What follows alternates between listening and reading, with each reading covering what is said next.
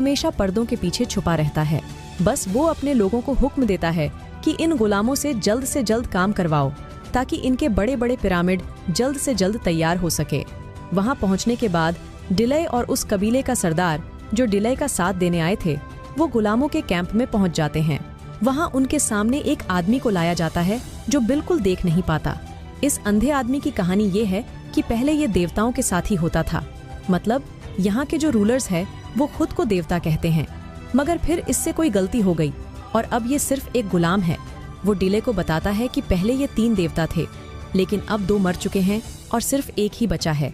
Delay इनसे पूछता है कि इन्हें मारने का कोई तरीका तो जरूर होगा।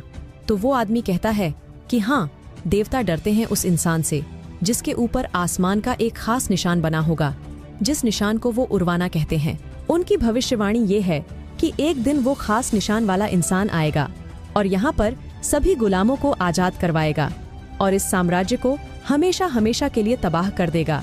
वो कहता है कि क्या तुम में से ऐसा कोई है जिस पर ये खास निशान है? तो डिलय कुछ नहीं बोलता और खामोश रहता है। अब यहाँ पर डिलय को ये भी पता चल जाता है कि अब उसके पिता इस दुनिया में नहीं रहे, इन्होंने उसे मार दिया है। इसके बाद डिलय और उसके साथी वहाँ से निकलकर बाहर अपने लोगों के पास जा रहे होते हैं, लेकिन तभी वहाँ के कुछ लोग उन्हें देख लेते हैं और उनके बीच लड़ाई शुरू हो जाती है और इस लड़ाई में टिक मारा जाता है। लेकिन टिक मरने से पहले डिलय को उसके पिता का वो शाही भाला दे देता है और अब डिलय अपने पिता, टिक और अपने सभी लोगों का बदला लेना चाहता है और सबको यहाँ से छुड़ाना चाहता है।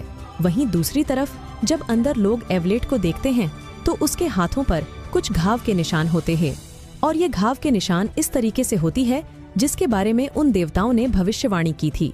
दरअसल ये एक तारों की श्रृंखला है जो बहुत अलग ढंग से बनी होती है और ये बहुत ही प्रसिद्ध होती है।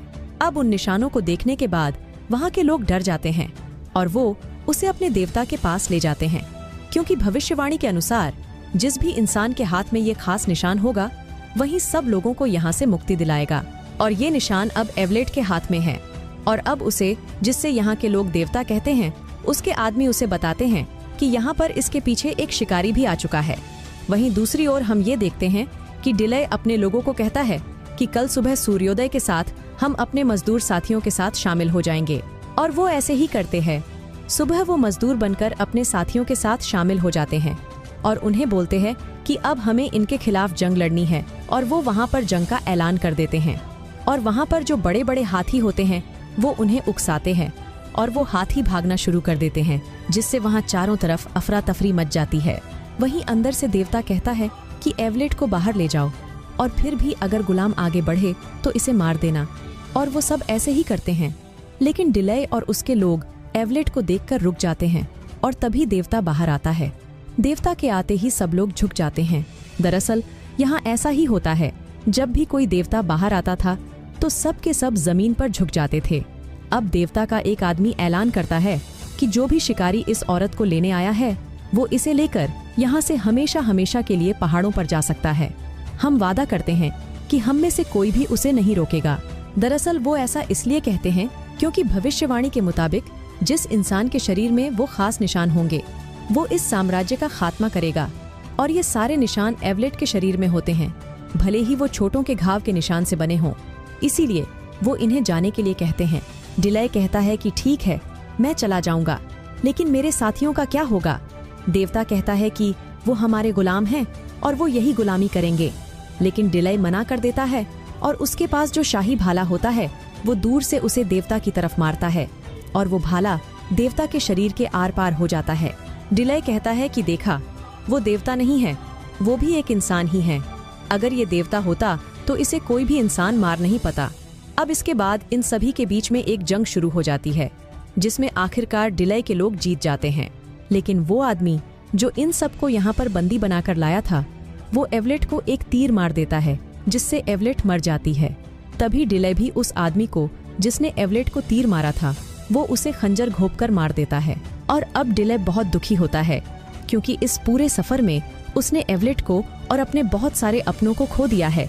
लेकिन वहीं पर हमें दिखाया जाता है बड़ी माँ, जो अभी भी दूर पहाड़ों में से इन सबको अपनी शक्तियाँ दे रही होती है। दरअसल वो सब कुछ वहाँ से अपनी दिव्य शक्ति से देख रही थी। अब बड़ी माँ वहाँ से अपने जान का त्याग देकर एवलेट को बचा लेती है और एवलेट दोबारा से जिंदा हो जाती है। और अब कुछ समय में यहाँ पर युद्ध का माहौल काफी शांत हो जाता है। उसके बाद डीले के लोग यहाँ से जाने वाले होते हैं। तभी दूसरे कबीले के लोग, जिन लोगों ने इन्हें सहारा दिया था, वो डिले को कुछ पौधों के बीज देते हैं और कहते हैं, तुम्हारे पिता चाहते थे कि तुम इन बीजों को अपने जगह ले जाओ और वहाँ पर उगाओ। उसके बाद डिले ऐसा ही करता है। वो अपनी जगह चला आता है और उन बीजों को उगा देता है। और अब हमें दिखाया जाता है वहाँ पर बहुत सारे पौधे लगने लगे हैं और अब इन्हें कोई भी भूख का सामना नहीं करना पड़ता। और इसी के साथ ये कहानी यहीं पर खत्म हो जाती है। तो दोस्तों, हम उम्मीद करते हैं कि ये कहानी आपको बहुत पसंद आई होगी। आपको ऐसे ही रोमांचक कहानियाँ पसंद है तो हमें बढ़ावा देने के लिए लाइक और सब्सक्राइब करें।